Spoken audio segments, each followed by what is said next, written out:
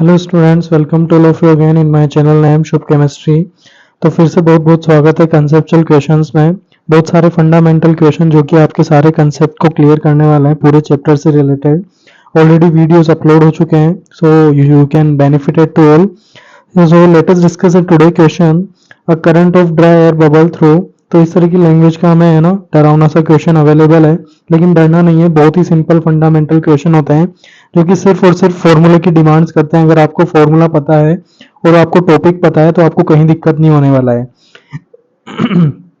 दो बल्ब्स दिए हैं और इनका वेपर प्रेशर मेजर करने का है और एनहाइड्रस कैल्शियम क्लोराइड। आपको क्या याद आ रहा है इससे रिलेटेड? इससे रिलेटेड हमें पता है कि वेपर प्रेशर को जो एक्सपेरिमेंटली डिफाइन किया जाता है वो वाला कंसेप्ट यहाँ पर हमें यूज करना है। एक्सपेरिमेंटली डिफाइन किया जाता है कौन से कंसेप्ट से?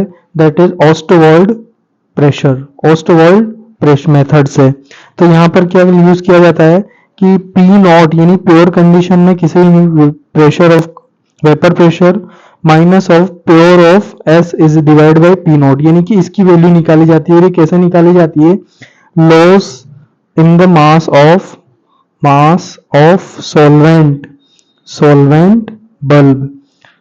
अगर आप कंपोनेंट को अच्छे से पढ़ेंगे तो हमने एक एक्सपेरिमेंट किया था जिसमें सीरीज में बल्ब लगाए हुए थे और सॉल्वेंट का मास जितना डिकम्पोज होता था वही हमारा क्या सॉल्यूशन का मास का वेपर प्रेशर लोअरिंग होता था। और ये सारा मास कौन गेन करता था? Gain in mass of CaCl2 tube. CaCl2 tube के द्वारा जो मास होता, तो यही हमारा RLVP का फॉर्मूला भी होता है कि RLVP is equal to P naught of P S divide by of P naught होता था। और इसकी वैल्यू प्रोपोर्शनलिटी आती थी mole fraction of opposite component.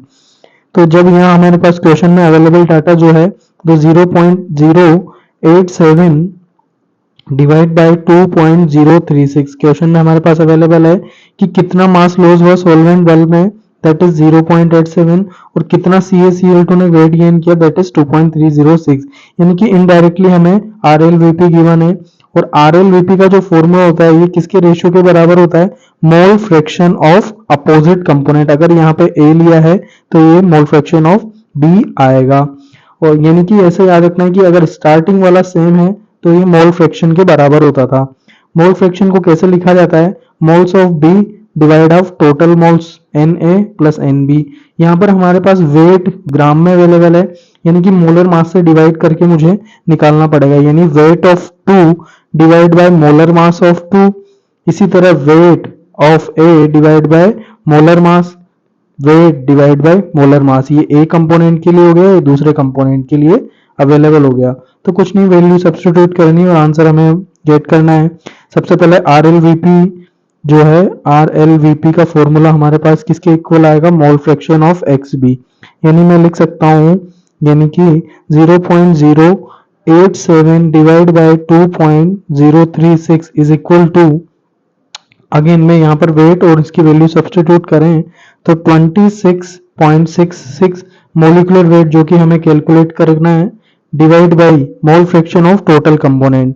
तो 66 divide by molar weight of 2 plus 200 divide by 18। 18 क्यों लिया गया? क्योंकि ये एक्वा सॉल्यूशन जबकि H2O था और H2 का मोलिकुलर वेट 18 होता है। तो यहाँ से हमें केवल एक ही कंपोनेंट अवेलेबल है जो कि हमें कैलकुलेट निकालना है।